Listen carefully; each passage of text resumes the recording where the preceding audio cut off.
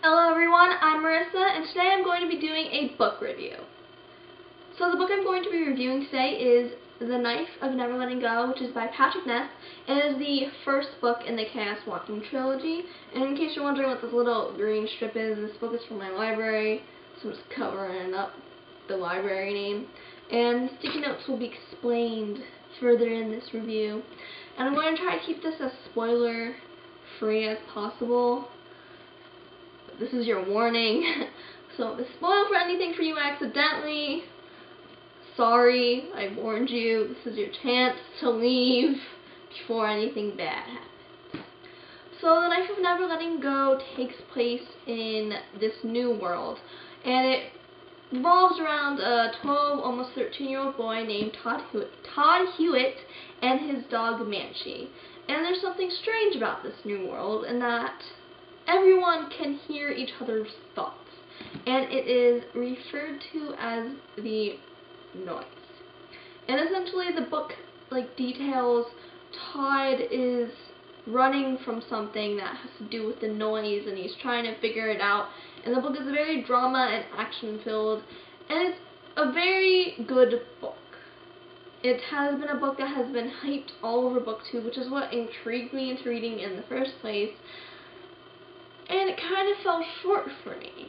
So the book is split into 6 parts. This is not a small book. It's almost 500 pages, which is very large for most young adult fiction, and I'm pretty sure this is dystopian. I know, or is it fantasy? There's an F. Maybe that's fantasy. Okay, it's either dystopian or fantasy. It's one of those two.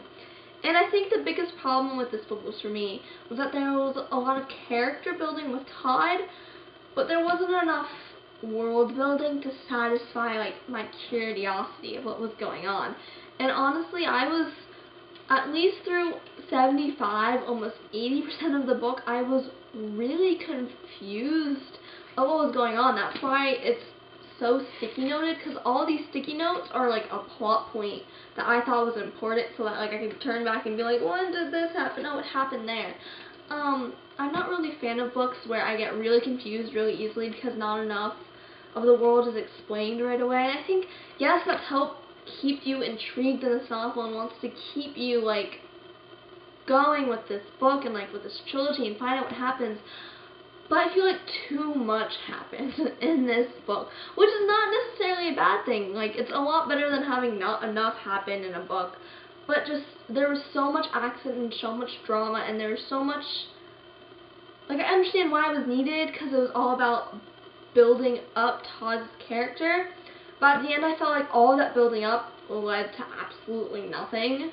And I'm still really on the fence of whether or not I want to continue this trilogy because of that. It's not beautifully written because it's coming from the perspective of Todd, who is not illiterate. So a lot of the words, there's a lot of your and ma, and a lot of things population is spelled wrong. A lot of words are spelled wrong, and I understand it adds to the book's character. It just bothered me. I just didn't know how to characterize the noise.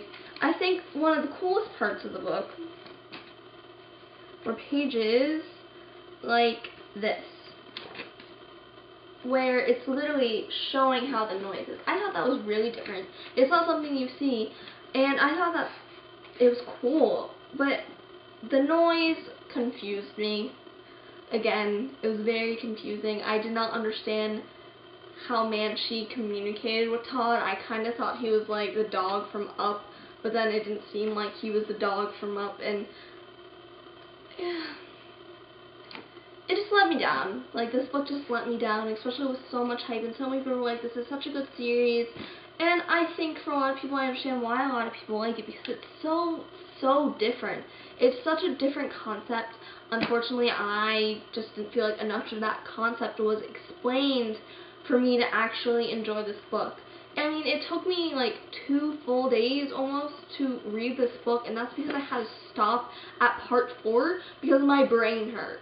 Because so much happened in the first 3 parts, and then so much more happened in the next 3 parts. It was just, I felt like I was if Star Wars trilogy was one book, I felt like that's what I was reading.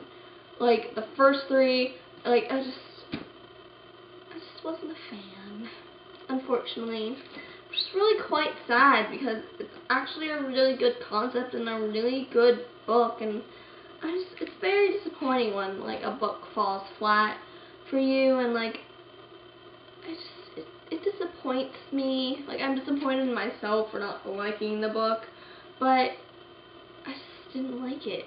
I ended up giving it a 3.5 out of 5 stars just because there was a lot of elements in this book I did like, but at the same time there was a lot of elements that really annoyed me, and I don't know if I'm going to read the next two. I mean, my library has the next 2 books, so I'm hoping maybe I'll at least pick up The Ask and the Answer, which I think is the second one, and I'll try to read it.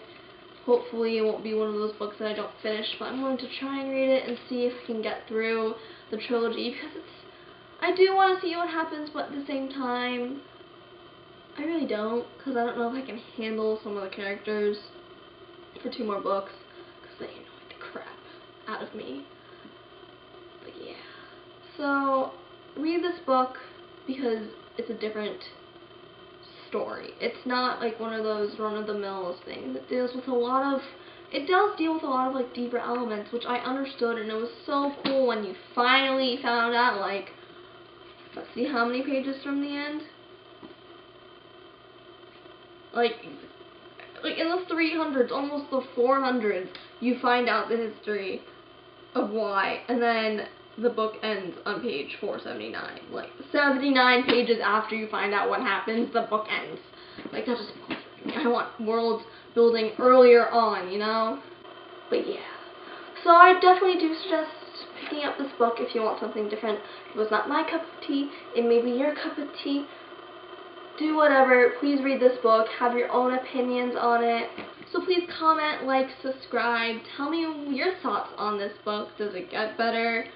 Does it not get better? Is there more world building and things like that? So please let me know. Maybe I'll decide to actually read the rest of the trilogy. But that's all I have for now. See y'all next time. Bye!